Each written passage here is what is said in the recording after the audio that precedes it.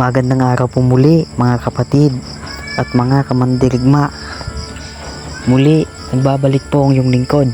Ako po si Mandirigma ng Panginoon, the Divine Healer, upang po magturo ulit ng kaalaman.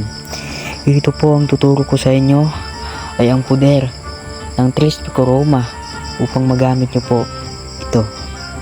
No? Ang puder po nito ng Tres Picoroma, pwede nyo po itong ihip sa inyong katawan o di naman po sa inyong medalyon na may tangan kayong Tres Picoroma. Pero bago ko po ilahad po sa inyo ang puder ng Tres Picoroma, bumalik muna tayo sa kanyang kasaysayan at kung saan nagmula ang Tres Picoroma at kung saan nagmula ang kasaysayan ng Tres Picoroma. Kaya tara na po mga kapatid.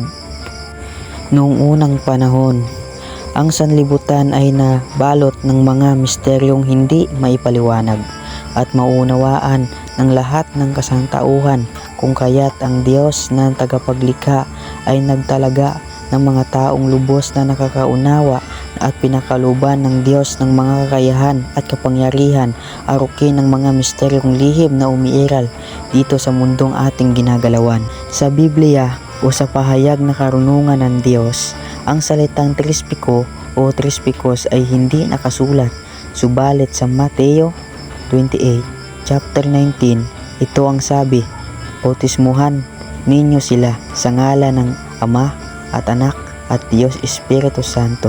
Sa ngalang ito ay inutos ng Panginoon Jesucristo sa kanyang mga alagad na bautismuhan ang mga tao sa pangalan ng Santissima Trinidad, subalit hindi naisulat sa Biblia kung ano ang mga pangalan na tinutukoy ng Panginoon. Sa tagong karunungan ay marami ang pangalan ng tatlong persona gaya ng Aram, pangalan ng Ama; Akdam, sa pangalan ng Anak; Aksadam, sa Espiritu Santo; Adra, sa Ama; Madra, sa Anak; at Adradam, sa Espiritu Santo.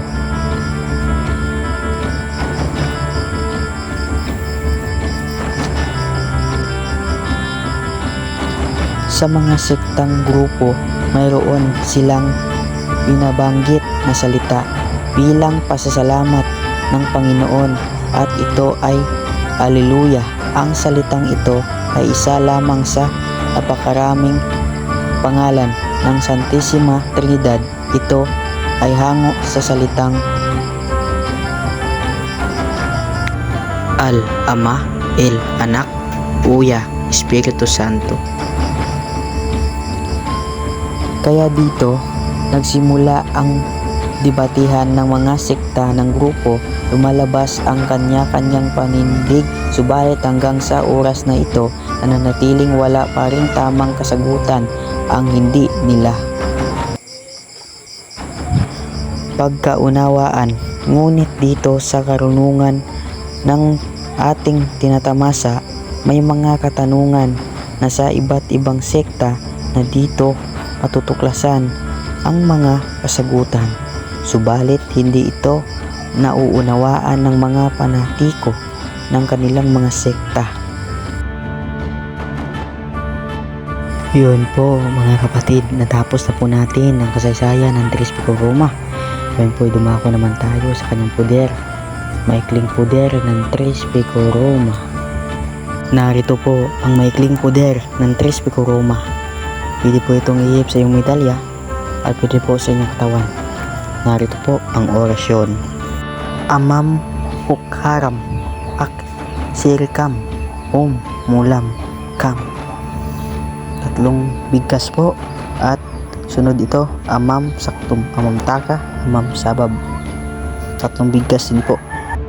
Yun po mga kapatid, yan na po natatapos ang ating katuruan, maraming salamat po sa ating lahat, Huwag niyo po kalimutan na mag-like and follow and share po sa ating YouTube channel at labi na po sa ating page. Maraming salamat po sa lahat ng kamandirigma. Huwag niyo po kalimutan na magsuporta, magandang araw po. God bless po at more blessing to come. Kapatid, tayo na po mag-aaral pagdating sa lihim na